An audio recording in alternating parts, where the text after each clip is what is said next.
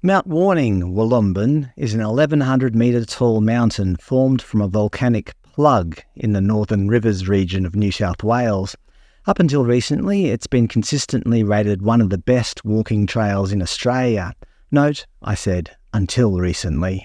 This score has been influenced by some harsh one-star reviews of late. It's closed. There is no valid reason for it. The government are destroying everything. Ridiculous that it's closed. We went there to hike Mount Warning and was told it is closed. We should all enjoy this beautiful country as Australians. Closed. New South Wales government is turning us into Wall-E movie humans. Here's a picture if you're not familiar with Wall-E. Can you guess why hikers are forbidden from climbing Mount Warning? Well, it was initially closed during the pandemic. You know, people might accidentally spread an airborne pathogen while hiking in a remote forest. According to AllTrails, Indefinite Closure. As of July 2022, this track is closed due to safety concerns and continued consultation with the Aboriginal community about future management. Ah yes, safety concerns. You know, you might get struck by lightning. But I think the latter half of that sentence is getting us closer to the real reason: continued consultation with the Aboriginal community. According to New South Wales National Parks and Wildlife, Wollumbin, Mount Warning, has been affected by closures.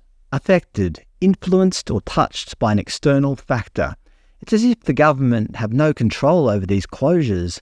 It's just some external event. Wollumbin Summit Track and the Aboriginal place remains closed. Penalties apply for non-compliance. Ah yes, penalties. Ich bin ein mountain climber. The summit of Wollumbin is a sacred place to the Bundjalung people and was declared an Aboriginal place in 2014.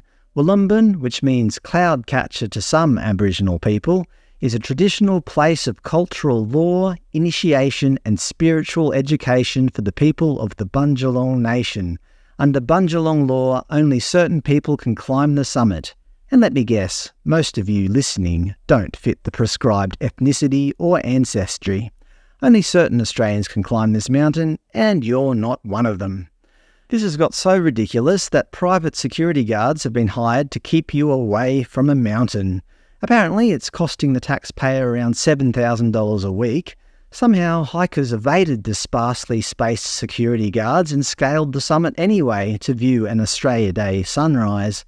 Perhaps the security guards need to be provided with night vision goggles, bloodhounds and tiger attack helicopters, all taxpayer funded of course, to prevent these criminals from committing the most heinous of crimes, that is, Australians climbing Australian mountains. New South Wales Upper House MP John Ruddick said, "This is a sad and terrible joke. Mount Warning is part of a national park like any other. It is a taxpayer-funded asset of our state that should be enjoyed, appreciated and respected by all Australians." In 2007, the late Marlene Boyd, an elder and custodian of Mount Warning, stated, "I do not oppose the public climbing of Mount Warning. How can the public experience the spiritual significance of this land if they do not climb the summit and witness creation?" The point is, not everybody agrees with the climbing ban, whether that be Indigenous or non-Indigenous people. So why are the state dictating this? I know this is a banal argument, but what if the opposite were true? What if there was a rule that said only non-Indigenous people could go up Sydney Tower? I think we could all agree that would be awful. It would make Indigenous people feel repressed.